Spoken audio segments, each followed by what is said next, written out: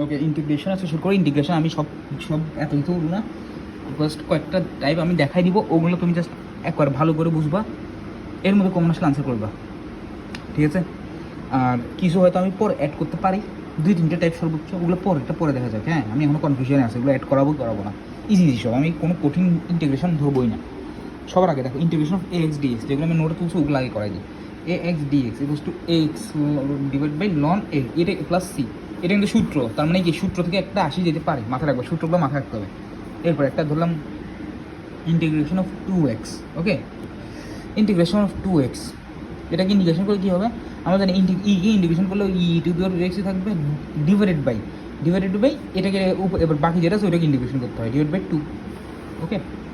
আচ্ছা, এরপর integration of sine x cos x, দেখো এই জাতীয় ম্যাথে কী করতে হবে তোমার মাথা, এই জাতীয় ম্যাথে আমি চেষ্টা করবো যে কোনো একটাকে জেড ধরতে, যে কোনো একটাকে জেড ধরি, জেড ধরলে আমার লাভ কী হবে, আমি এখানে সাইন এক্স জেড ধরি sine x equals to z, তাহলে আমি কি আমার এত শত কিছু লাগবে না, আমি যে আমার যে সূত্র আছে ইন্টিগ্রেশন অফ এক্সকে ইন্টিগ্রেশন করলে কী হবে, উপরে এক্স টু n+1, নিচে n+1, ওই সূত্রে যাবে। কেমনে দেখো, আমি সাইন এক্সকে ধরলাম জেড, আমার কজ এক্স তার মানে কি আমি যদি তার মানে এ পাশে উভয় যদি ডিফারেন্সিয়েট করি, তাহলে সাইন এক্সকে ডিফারেন্সিয়েট করলে কী হবে, কজ এক্স সমান কি ডিজেড। এই দেখো সাইন এক্সকে জেড পাইছি, কজ এক্স, তার মানে আমি এটাকে আবার এভাবে লিখতে পারবো, সাইন এক্সের জায়গায় লিখলাম জেড, কজ এক্সের জায়গায় লিখলাম কি ডিজেড, শেষ। ইন্টিগ্রেশন করো, ইন্টিগ্রেশন করলে কী হবে, z²/2, ওকে। z², আমরা জেড কী ধরছিলাম, সাইন এক্স, তার মানে কি sin²x/2, দেখছো কত ইজি, শেষ।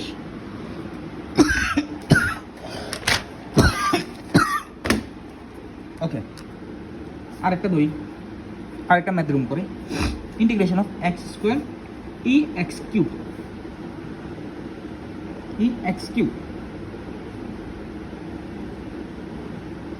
আচ্ছা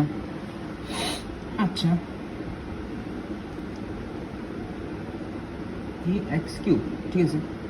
আচ্ছা, এখন দেখো আমার একদম বাইরে যে জিনিসটা আমার কথা, আমি এটাকে জেড ধরতে পারি, কিন্তু আমার বাইরে তো আরেকটা আছে, তার মানে একবার উপরে, তার মানে আমার যদি কোনো কাজ শুরু হবে এখান থেকে, এই জন্য আমি বাইরেটাকে জেড ধরলাম, তার মানে x³ সমান জেড। আমি যদি এটাকে ডিফারেন্সিয়েট করি তাহলে কী হয়, 3x² ইকুয়ালস টু dz, ওকে। তার মানে এক্স, দেখো x²টাও পাই গেছি, তার মানে কি x² সমান কি dz/3, ওকে।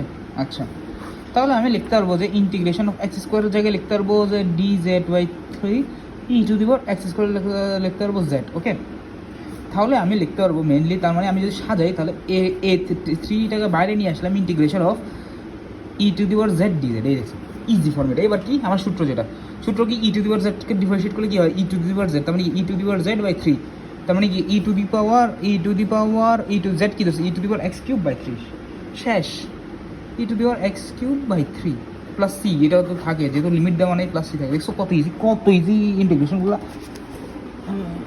আমার কথা হচ্ছে যে কোনো একটাকে জেড ধরবো, আমি জেড ধরে ম্যাথ আগায় নিয়ে যাবো, তাহলে আমার কি কাজ কমে যাবে। Integration of ln x/x dx, ওকে। আচ্ছা, ln x/x dx, আচ্ছা চিন্তা করো, যে কোনো একটাই আমি x ধরি, কোনটাকে x ধরলে সুবিধা হবে। দেখো ln x কে যদি ইন্টিগ্রেশন করি 1/x আসে, ঠিক আছে না, তার মানে কি আমি ln x কে z ধরি, তাহলে dz, তার মানে ln x z ধরলে ডিফারেন্সিয়েট করলে 1/x সমান dz পাই গেছি, শেষ। তার মানে ইন্টিগ্রেশন অফ z dz, তার মানে কি z²/2, z কত, ln x (2), শেষ, প্লাস c থাকে। ওরে কলমের কালি